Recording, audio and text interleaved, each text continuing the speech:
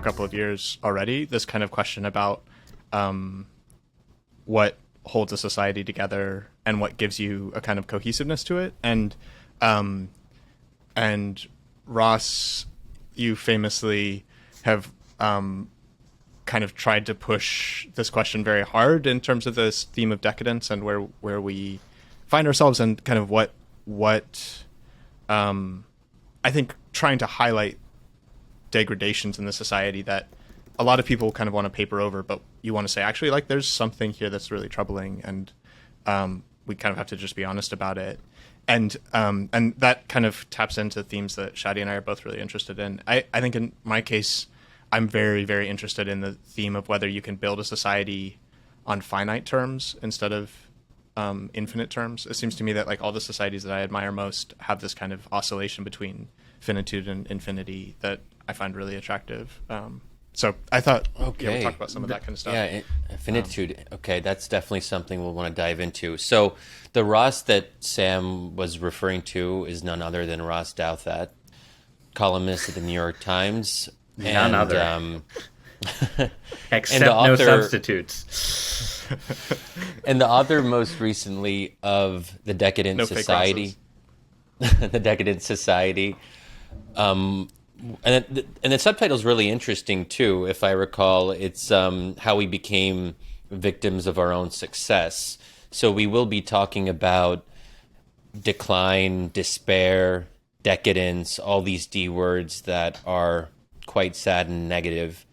And Samuel Kimbriel, as many of you know, is a philosopher and also joined us recently as an editor-at-large at Wisdom of Crowds.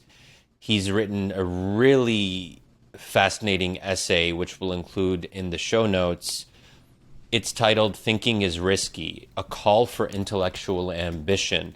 So as far as I can tell, what Sam is trying to do there is to look at our decadence and our apparent decline, and he's trying to think of ways that we can reverse that by thinking big. Obviously, that's an uphill battle. And so maybe, Ross, if you I'd just be curious some of your initial thoughts. Your book on decadence came out a couple years ago, and, you know, in many ways it seems like things are getting worse, or they feel like they're getting worse. When I think about decadence, I tend to just like think about chocolate. I don't know, whenever I hear that word, that's immediately what I go to. I don't know where I'm going with that. But I mean, it's better. It's better than immediately thinking of the movie Caligula or something, right? I mean, there's sort of a range of there's a range of things that the phrase could evoke, and chocolates are a relatively harmless one, I guess. Sure. Although, just if we're starting with chocolate, I did have a conversation with someone who works at a chocolate company recently, and someone named Wonka. Perhaps it may well have been, but for disclosure reasons, let's try to keep that quiet. Anyway, this person was emphasizing that they had not come up with any new recipes, any new like proper chocolate recipes that had done well since the 70s. So you do kind of have light confirmation from the chocolate sector of your thesis as well. Even decadence is decadent, basically, is the takeaway. Basically, yeah. Yeah, it's and maybe just to kind of prime Ross a little bit, here's sort of what I was thinking about this morning. I've been thinking a lot about progress and how I feel about it, because I'm someone who used to consider himself a progressive. I don't think I would be comfortable identifying myself that way, and I haven't been for many years. But that's partly because I do wonder if we've reached the limits of progress culturally. I think that one can and perhaps should be a progressive on economic terms. I think there's still much that can be done and changed, and that's tied to also questions around the purpose of society and what it means to live in a just one. But I think I'm kind of done with cultural progress for a little while. I want to just take a little bit of a breather. But at the same time, I'm talking about the kind of cultural progress that we associate with woke progressivism. But there's other kinds of cultural renewal which aren't tied to the left or to the progressive left. Yeah, I don't know if that primes you in any direction, Ross. Well, but this take is, that I where mean, you right. will. I mean, this is, I'll try and, I guess, in a way, start with Sam's terrific essay, right, which is sort of about that last point you're making, right? That, one way to think about progress is on the terms currently set by the movement that describes itself as progressive, where it is basically sort of the constant, or supposed to be the constant unfolding of greater human liberation joined to greater human equality, with the potential tensions between the two to be negotiated at this point, I suppose, by a diversity, equity, and inclusion bureaucracy. But that's quite different, I think, from the idea of progress as basically sort of making new discoveries about the world, understanding the world in new ways, achieving deeper levels of understanding, achieving breakthroughs in knowledge, and which itself can take multiple forms. You can say, well, that's sort of scientific progress. It's sort of breakthroughs in mastery, understanding joined to mastery of the physical universe. You can say sort of breakthroughs in philosophy, art, literature, drama, take somewhat harder to quantify forms. But one of the points that I took Sam's essay to be making was that one of the features of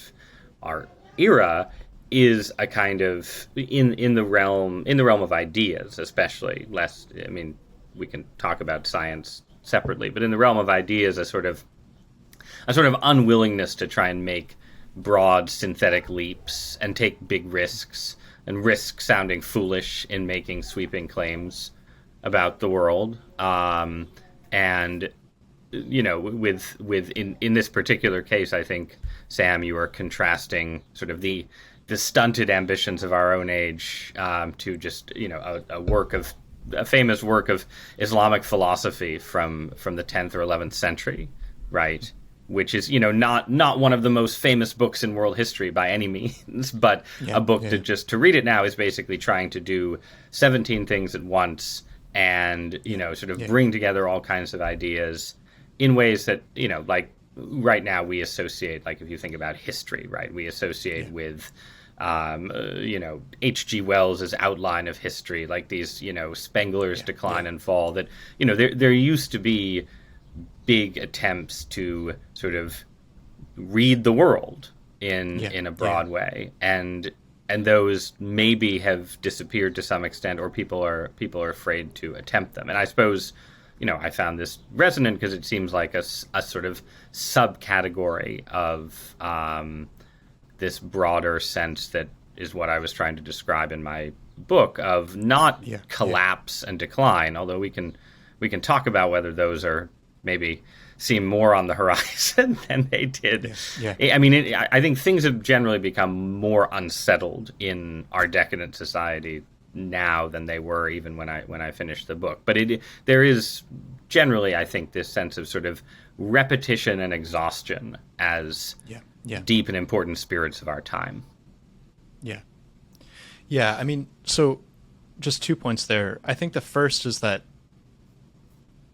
I think I am fascinated by the basic question of what allows for a period of renewal or innovation, development in all kinds of ways. And it seems to me that this is a question that we have assumed is easy, and therefore we just float on certain resources. But actually, the background conditions to periods of vitalization, and sort of institutional, like all the things you're talking about, exploration, institutional renewal, the kind of idea of a society that has some kind of hope and vision to it.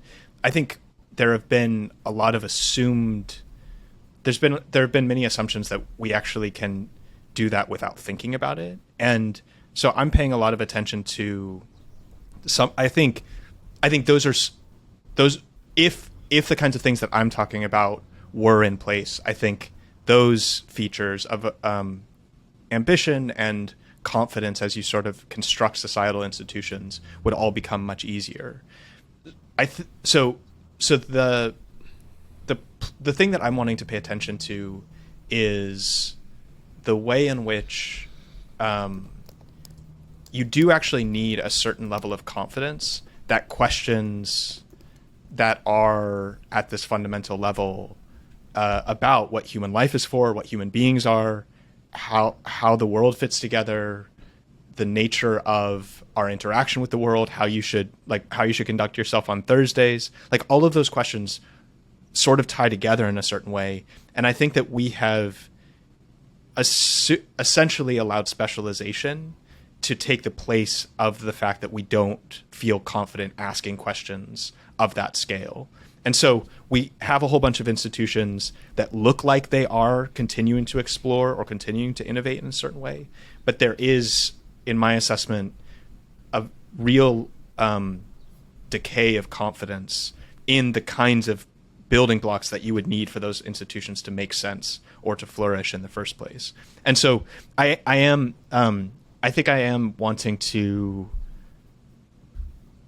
sort of very directly kind of speak to the class of people that should be responsible for that and say, like, why aren't we ambitious? Like, what is it that's making it so that we don't actually have confidence in asking these kinds of, to use Shadi's language, like first principle questions about the nature of life and the nature of the world and how you should go about it.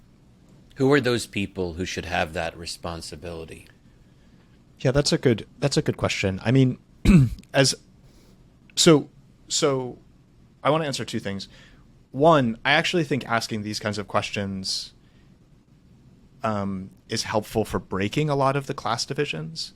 There's a way in which asking, we've talked about this on the podcast before, actually, like asking what the meaning of life is a much more accessible question than asking someone, give me sort of how you want to calibrate our pension system appropriately. Like, those are different types of expertise, and one of them gives you the ability to say, I know about this because I went to graduate school, which is the latter one. And the former, what is the meaning of the world, or what is life about, is something that is, I think, in my view, much more of a human inheritance as a whole. It's something that everyone in principle should have access to. So that's just like one, I think, basic point. If you do what I'm suggesting, well, I think it changes some of the class configuration in an important way. I also think that the people who are in positions of influence in academia is one of my targets. Also, though, in media and in politics, those are positions that in principle should be looking toward like large horizons about what the society should look like in 50 years. And I think largely in different ways in those fields, people have gotten pushed into small horizons. What I argue in the essay is that in the case of academia, that looks like specialization.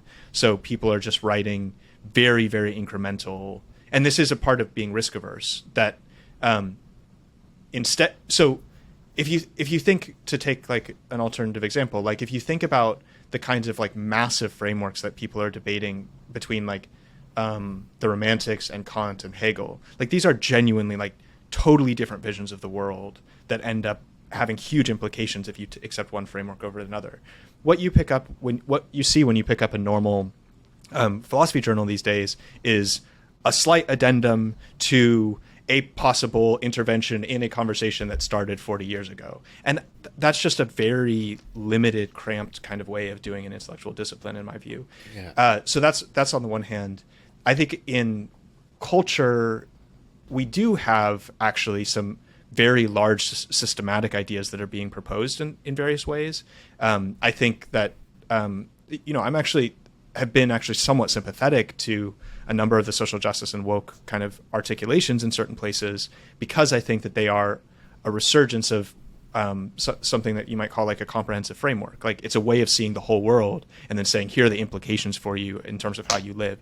I think you can disagree with that, and you can disagree with the specifics of that framework, but the idea that you would have this like resurgent kind of large scale moral vision that wants to structure a society, I think that's actually quite interesting and cool. Yeah.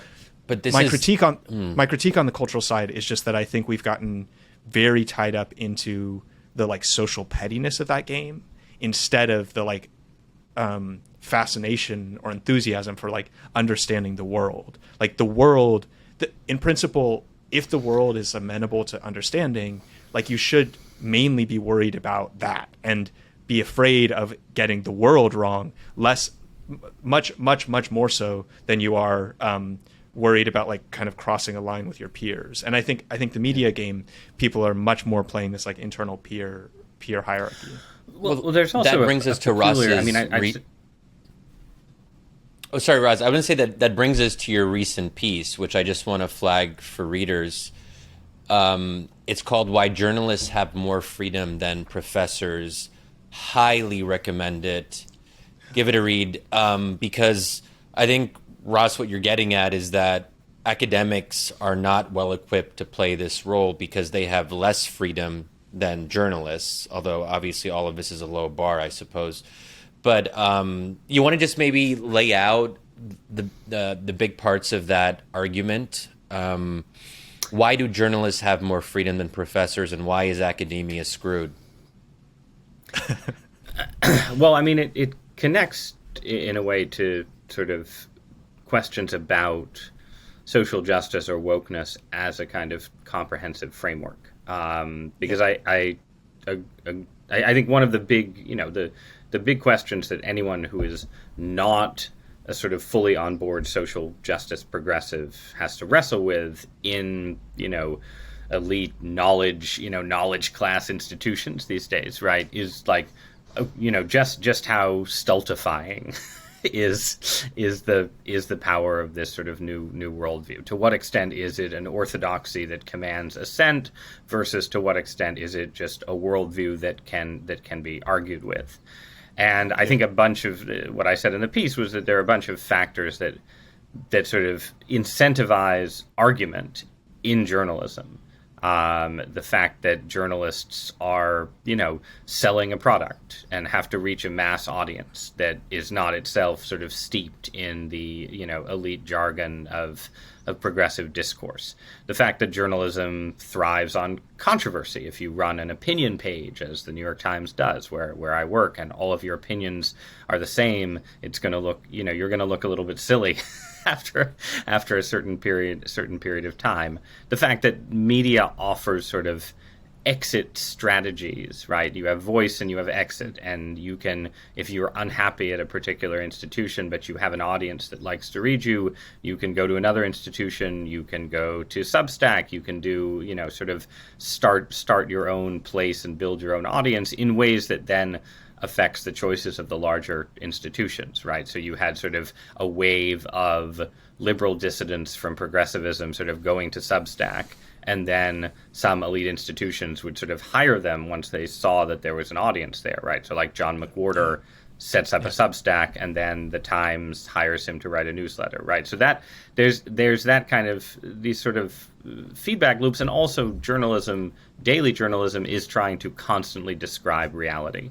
It has to. That's, you're selling a paper, you're selling a magazine. It has to say something about the world as it actually exists. And, you can frame the world in ideological terms. Obviously, Fox and MSNBC do this every night.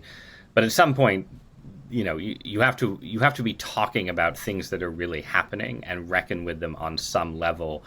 And all of this in a more, I think, profound and immediate and constant and, frankly, sort of market-driven way than academia, where, in theory, and to Sam's point, right, academia is supposed to create the space to think the deep thoughts and come up with the big picture syntheses, and do so in a way that's free from, through tenure or whatever other mechanism, free from outside political pressure. And it absolutely can do that, right? And I think academia is quite good, at least outside of, now certain conservative states that are turning against tenure, at creating that kind of protection from outside forces. The problem is if you have a particularly potent orthodoxy that is itself elite-driven and insider-driven, academics are operating professionally in very sort of narrow and, again, to both of your points, specialized networks where it doesn't matter if you have a good idea and it has a big audience, but, the people who run hiring at the major universities don't like your idea, or your colleagues don't like your idea, or the people responsible for giving you tenure don't like your idea. You can't just go to Substack you can, but you're giving up your academic career, right? And so Yeah, you're in yeah. sort of just more what can end up being what are supposed to be more cloistered, but can end up being more claustrophobic spaces. And this, I mean, this just to loop it back to what to what you were saying about wokeness as a comprehensive theory. I agree. I think wokeness at its best is trying to fill this vacuum and say, look, we have, we have a sort of empty secular liberal meritocracy that doesn't know what it's for, doesn't have an account of the good life or justice or anything apart from acquisition and professional success. And here we are with a more robust account. The problem is twofold. One, from my perspective, right, as a religious writer, people will critique wokeness and say, oh, it's like a religion. But wokeness is only partially like a religion. It's a comprehensive moral vision that has no metaphysical correlative, right? It lacks the ambition to say, here's how my moral vision actually fits into the full architecture of the universe, right? So in that sense, it doesn't go far enough in ambition. But then it's also become very institutionally successful by not admitting that it's a comprehensive vision, right? So you have figures, in the past, Kimberly Crenshaw, Derek Bell, sort of ideas people associated with it. You have someone like Ibram Kendi playing that role today.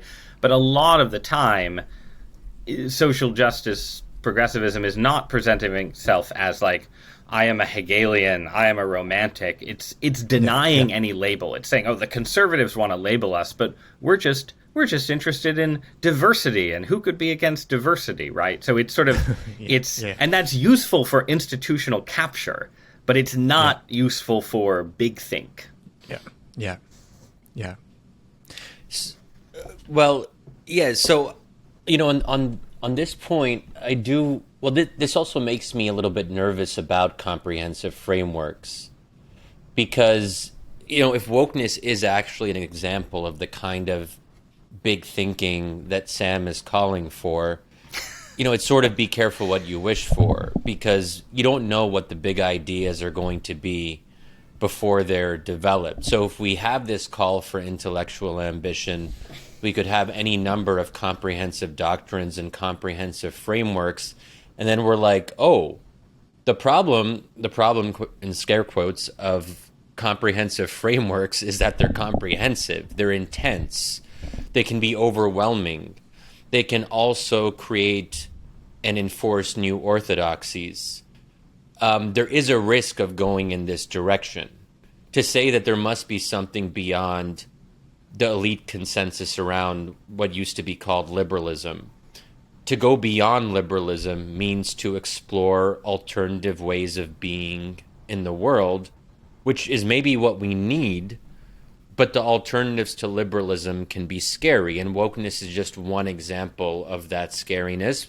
For those who look at it from a different perspective, the kind of Hungary-friendly illiberal turn in American conservative thought can also be frightening for very different reasons. So I just want to flag that as a potential risk. Like, do we really? How much are we really comfortable with this direction, considering that there are these drawbacks?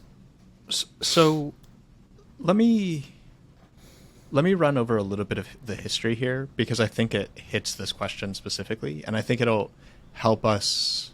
So I'm skeptical of the idea that we're actually going to be in a period where any particular ideology, whether it's whatever Orban-style authoritarianism that people in the Democratic Party are worried about, or total institutional suffocation from like woke ideas are going to be totally hegemonic. Like, it seems to me much more likely that we're going to be in a period of significant internal fracture for a while. And I think the argument I would want to make is that it's better to do a period of fracture like that honestly than dishonestly. So if we end up with a time where people really don't agree with each other, it's better to have it out on the table why we disagree with each other, and especially, I think, being able to get to the more foundational debates that people are having rather than the more superficial ones. So, yeah, so I guess that's why I'm not pessimistic or kind of apocalyptic about any of the things that I see happening. It seems to me that there are real possibilities for a period of regeneration, like to the decadence theme. I'm not totally convinced that we're always going to be stuck in a kind of time of institutional decay. Just to run one thing about the history here, I do think essentially what we're seeing, so in the 60s and 70s, there was a way of dealing with the sense of internal tension within the society that did have like a pretty unified kind of coherent view, and especially at the elite level. And this is in part identified with a kind of already decadent but still resilient kind of mainline Protestantism that structured a lot of the country, and then also a kind of like fairly self-confident liberalism like what you get in John Rawls. And, you know, in many ways, I think in our generation, Rawls seems incredibly passé. He still has a lot of power within political science or political theory departments, but there is a way in which this kind of idea that you could have a society where at the personal level people have commitments and those commitments just happen to overlap in a way that kind of publicly makes it sort of okay for everyone, and you never really run big arguments about the meaning of life. I think that feels increasingly very, very archaic and kind of like a nostalgic vision that that's very hard to access for most people now. And the question is, as that degrades, as that sort of, we have enough consensus to make it so that no one has to say anything very strongly, as that starts to degrade, the question is like, what's going to happen next? And my feeling is probably what you're going to get are a lot of pretty poor, watered down versions of what I'm calling for. So instead of people really seriously taking the kind of large, ambitious questions that I want, like what the meaning of life is, what do people feel at the deepest level, I think we're going to get, and Ross, this may be to your point about wokeness, that like it looks a little bit like a comprehensive doctrine, and then also not at all, like one that people are not actually taking some of those like foundational questions seriously or developing a real theory around them. And that seems pretty plausible, that like if you have a period where you say no one can do this, the first few iterations of people trying to do it are not going to be especially impressive. But over time, my hope is that we will actually start to develop a capacity to ask those largest questions well, in a way that does give people confidence to gradually refine them. Yeah, I mean, I have a little bit of sort of Shadi's sentiment on the wokeness front, right? Where, you know, I wrote columns sort of during the first, you know, whenever sort of the new culture of campus protest started, right? Let's say 2014 to 2016. I think I wrote a column called something like "The Crisis Our Universities Deserve," where I basically, in a way, it would have been a version of what you're saying, Sam, right? That like our universities have sort of emptied themselves of any sense of moral purpose or, you know, sort of metaphysical ambition. They're just finishing schools for a meritocratic elite. William Deresiewicz has had this book called "Excellent Sheep," right, that was sort of critiquing this mentality. And so I said, look, you know, I mean, I don't agree with the social justice progressives on a lot of fronts, but, you know, to quote the Big Lebowski, at least it's an ethos, right? Like, you know, and now that it's a dominant ethos, I'm like, you know, maybe the, you know, barren less terrain of end of history meritocracy wasn't so bad, right? And yeah, you know, there are versions of this for Trumpism too, right? Like, you know, in the late 1990s, a couple of prominent right-of-center intellectuals wrote a bunch of stuff about what they called national greatness conservatism, which was this idea, you know, that you needed purpose and, you know, national ambition and a drive for greatness to escape from the mediocrity at the end of history. And those guys were, you know, Bill Kristol and my colleague David Brooks, who are now, you know, incredibly intense scourges of the the national greatness conservatism that we have actually gotten in the Western world. So they're like, well, I didn't mean that, right? So but I also, with that sort of feeling, I also agree with Sam, right, that if in the end, basically, to get out of decadence, you sort of have to play a somewhat dangerous game. And in my book, I sort of said, I'm not really willing to play this game in the sense that, like, I didn't support Donald Trump, right? I'm not willing to, take huge risks to get out of decadence. But there is just sort of a risk frontier where you're saying, yeah, we need dynamism and action and comprehensive theories of the good and big new experiments, and some of those are going to be bad, and sometimes you're trying to get out of decadence and you end up with something, you end up with a collapse, or you end up with, something dark that you have to escape from. The decadence of Tsarist Russia led to something else, right? Like decadence of Weimar Germany, famously the same, something pretty dark. So yeah, it is, there is a dynamic where to renew liberalism, you need something within liberalism besides just acquisition and competition. But you are risking something by sort of cultivating those sort of more ambitious spirits. There's definitely risk involved. So let me actually ask you a couple of questions about this specifically, because I find, so I really like your Decadence book, and I find it really fascinating. I think one of the premises that you and I really share is this sense that that you can't actually build a finite society and have it work. A society that is only about shuffling quite modest, small level goods around. That society somehow is anthropologically unrealistic. It doesn't actually pay attention to what human beings are and the degree to which we do have this like much more aspirational structure. And I think there are examples of societies that do this in very, very different ways, that the kind of shuffle between the finite and the infinite can show up in like fascinatingly different approaches. And I think some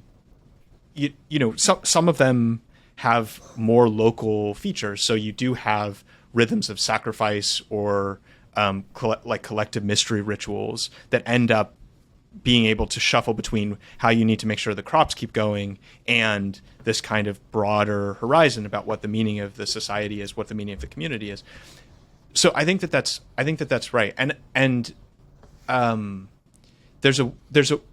I think when we look at our society, there's a certain way in which we have taken that infinite desire and then tried to drive it into the world. So this is part of the reason that I'm so interested in ecological issues. There's a feature of human beings that seem to be looking for something vast and expansive.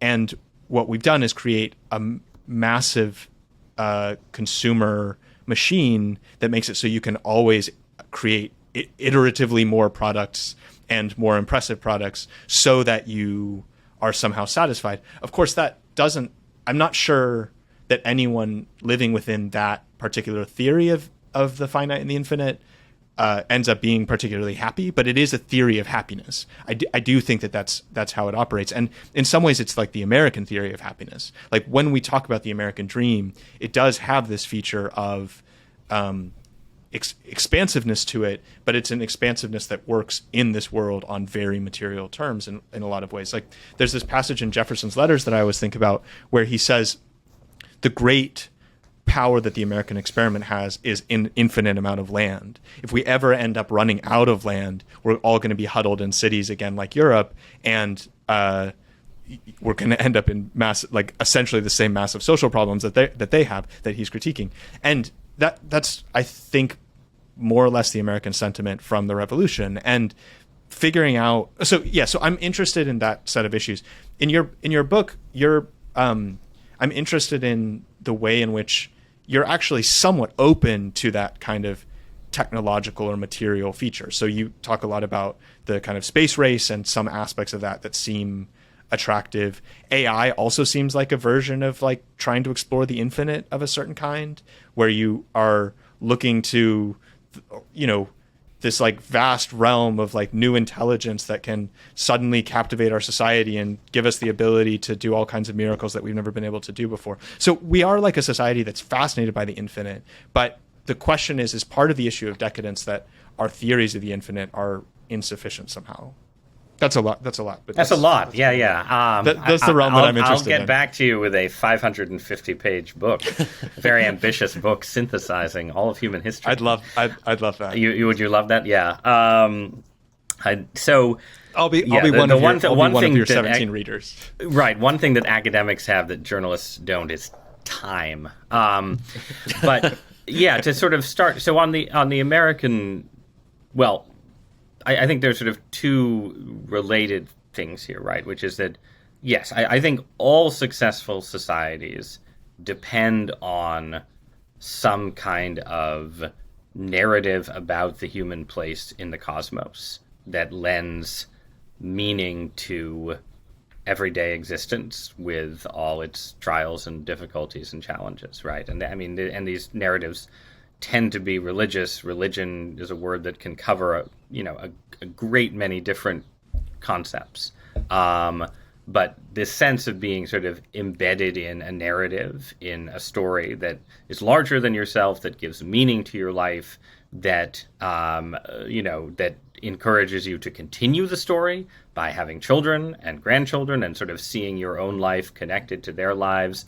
That seems like a necessary aspect of societal flourishing that is increasingly absent in the late modern developed world, not just in the United States, where we sort of went Rawlsian and said, well, we're going to have these narratives, but each narrative is going to be the individual's narrative. You're going to create your own narrative, right? There's not going to be any sort of shared narrative. We sort of had a shared narrative, but it was sort of a very vague, thin post-Christianity, a sort of a therapeutic spirituality. But however you analyze the cultural turn we've taken in the last 50 years, the belief that there is sort of a story that we're part of that is connected to the ultimate meaning of the universe has clearly weakened. And in the American case, right, that story was a sort of fusion of sort of Protestant Christianity and this kind of frontier spirit of geographic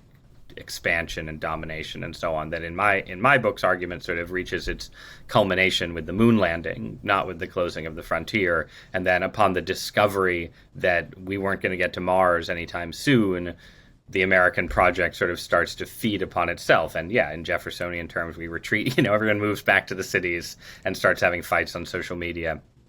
And here we are today.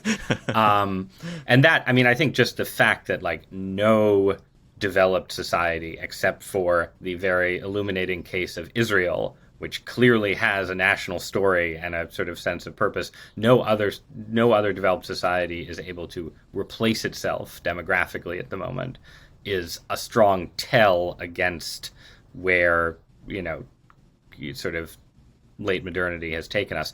The other related point, though, right, is that in terms of sort of the narrower question of sort of scientific, philosophical, ethical progress, which has not, I think, been a goal of every society. You can imagine a society that has a sort of narrative of its own place in the cosmos that has no interest in discovery and scientific progress, right? That it's sort of a steady state, Wendell Berry living on his farm, a tribe in the Amazon, whatever anthropological example you want, right? But Western society has always said, no, we have a place in the universe and we're going to make discoveries and make progress and unlock more and more.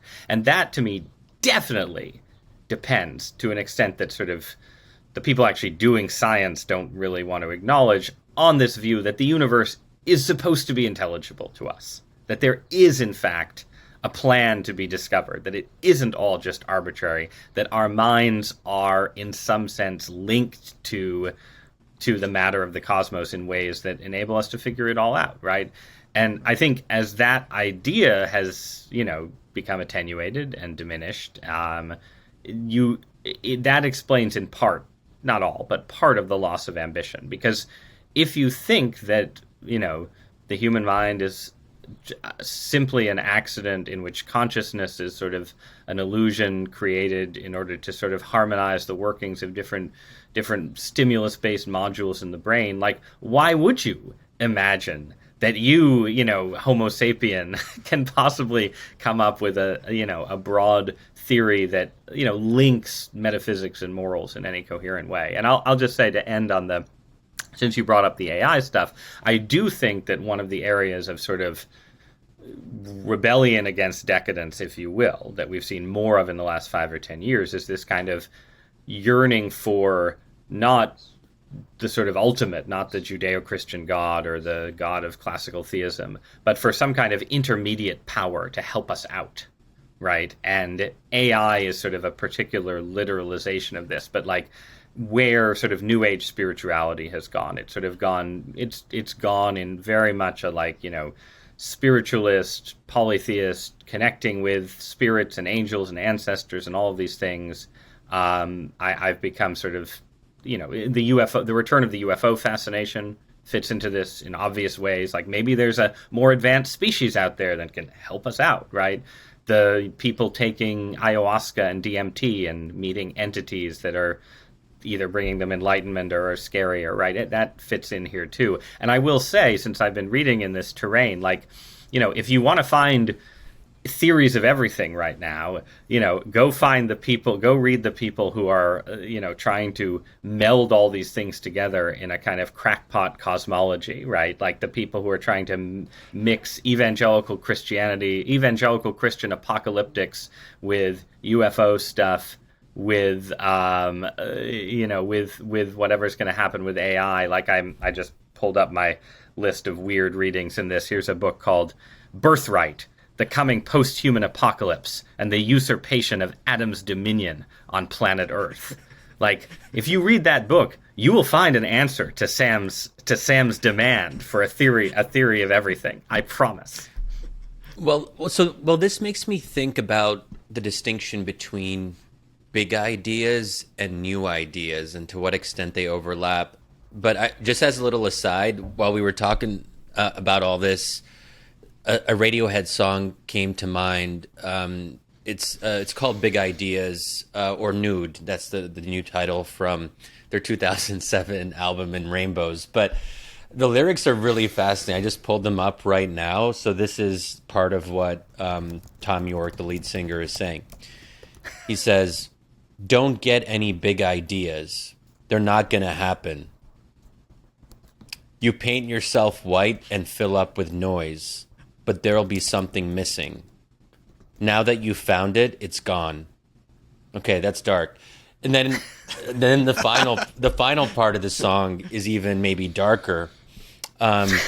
He says again, "Don't get any big ideas. They're not going to happen.